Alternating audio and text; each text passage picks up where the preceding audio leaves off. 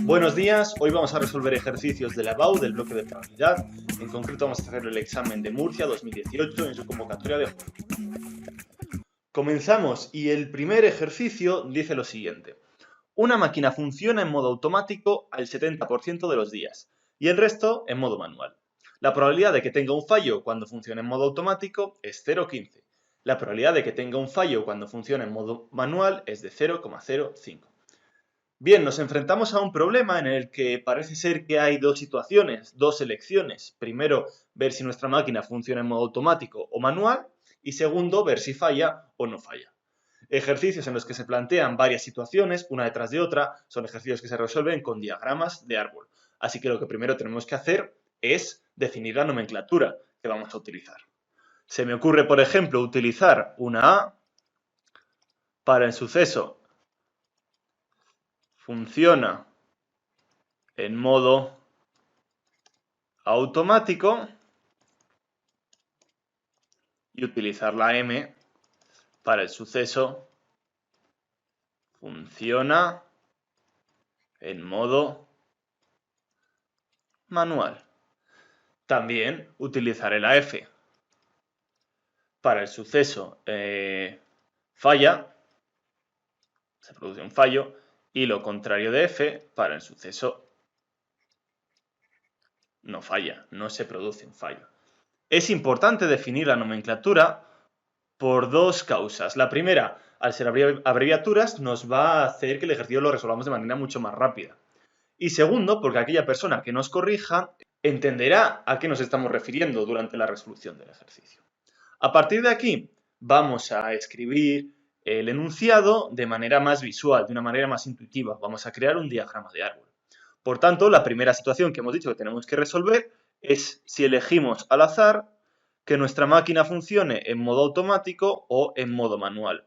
¿Con qué probabilidades sucede esto? Bueno, pues en modo automático funciona el 70% de los días, o lo que es lo mismo, una probabilidad de 0,7. ¿Y qué es lo restante, lo complementario? 0,3. Y en una segunda situación deberemos ver si nuestra máquina falla o no falla. Si nuestra máquina falla o no falla. ¿Con qué probabilidad se produce esto? Bueno, pues la probabilidad de que tenga un fallo cuando funciona en automático es de 0,15. Y lo contrario, 0,85. En cambio, si está en modo manual, la probabilidad de fallo es de 0,05.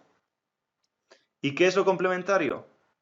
0,95. Ya tenemos dibujado el diagrama de árbol que nos ayuda a tener una visión más intuitiva del ejercicio. A partir de aquí, comenzamos a resolverlo. Apartado A. Calcule la probabilidad de que no tenga ningún fallo. Es decir, me están pidiendo la probabilidad de que no tenga ningún fallo. El hecho de que no falle se produce en las siguientes ramas. En esta rama no falla y en esta rama no falla. Por tanto, para hallar la probabilidad de que no falle nuestra máquina, deberemos seguir esta rama o camino y esta rama o camino. Por tanto, ya sabemos el teorema que tenemos que utilizar. Lo dejamos enunciado. Según el teorema de la probabilidad total, y oye, ya que es un ejercicio tan corto, no nos cuesta nada dejarlo escrito también de manera teórica, que es simplemente recorrer las ramas. Probabilidad de que funcione en automático por la probabilidad de que no falle sabiendo que estaba la máquina en automático.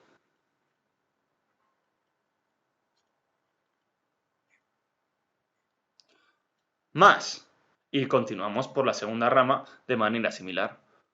Probabilidad de que la máquina esté en modo manual por la probabilidad de que no falle sabiendo que está en modo manual. Ahora simplemente sustituimos dichas probabilidades por sus números correspondientes y ya tendríamos resuelto el ejercicio. 0,7 por 0,85 más, y vemos la segunda rama, 0,3 por 0,95 Y esto me da una probabilidad de 0,88, o lo que es lo mismo, el 88% de las situaciones. Vamos con el apartado B. Si un día tiene un fallo, ¿cuál es la probabilidad de que haya funcionado en modo manual?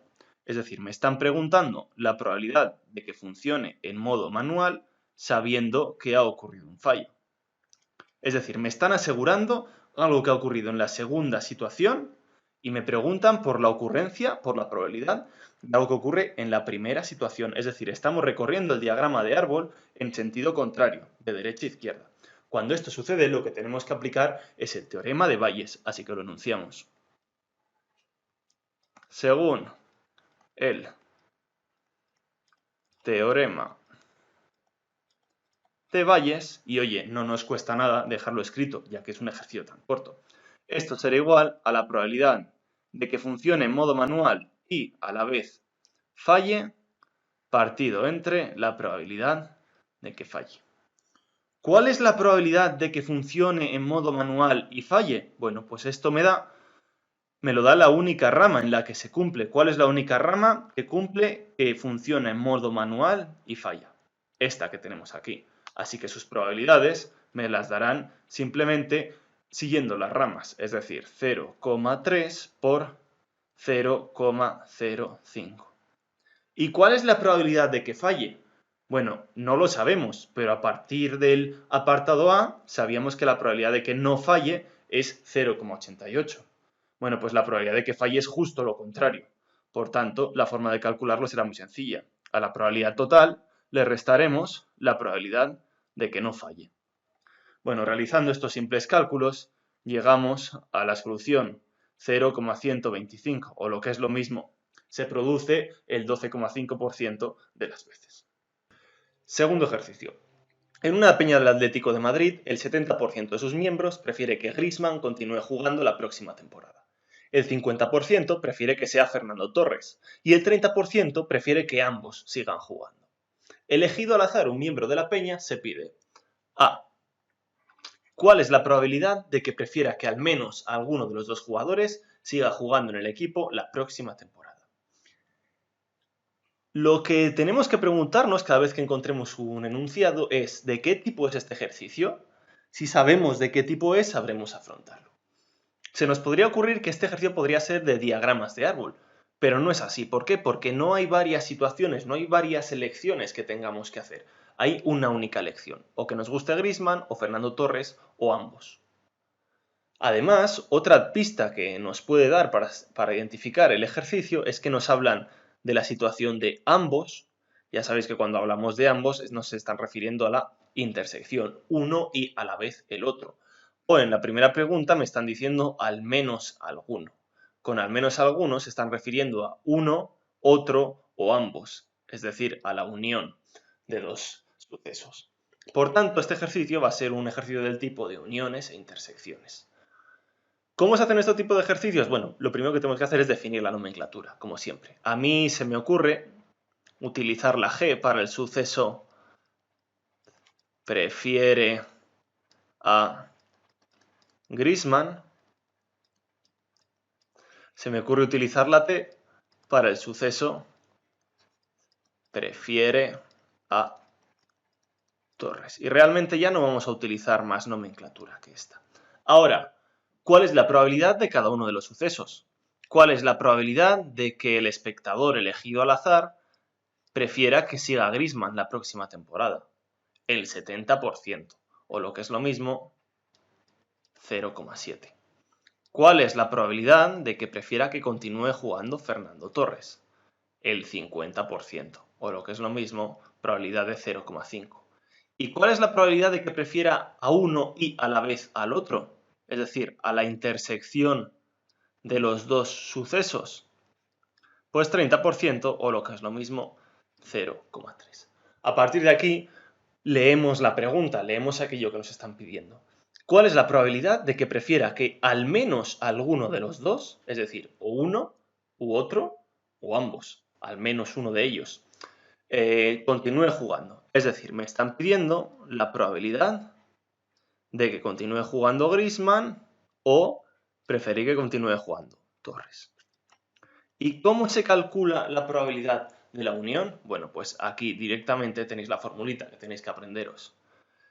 Esto sería igual a la probabilidad de preferir que continúe jugando Griezmann más la probabilidad de preferir que continúe jugando Torres menos la probabilidad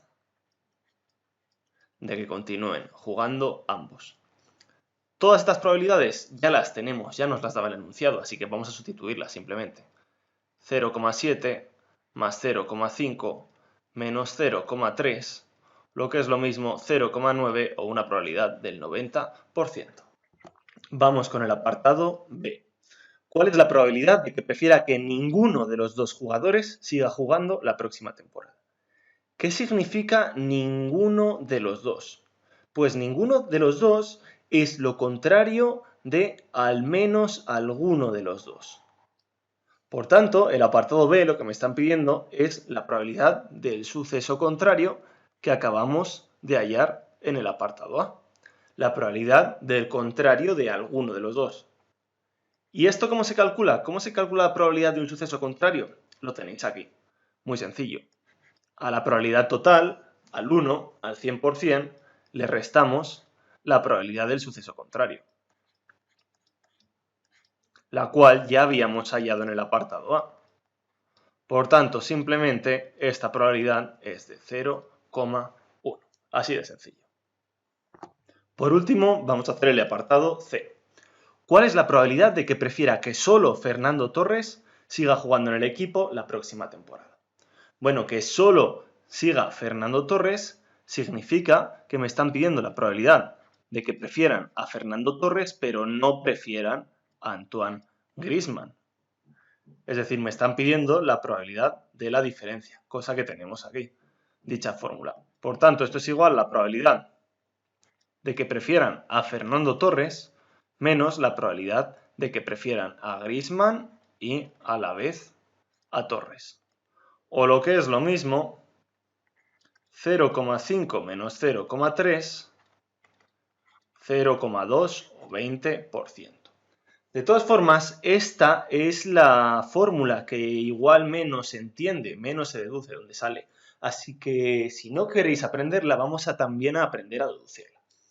Fijaos bien, imaginaos que todo este círculo es la probabilidad de preferir que juegue Fernando Torres y toda esta elipse es la probabilidad de que preferirá que siga jugando Griezmann.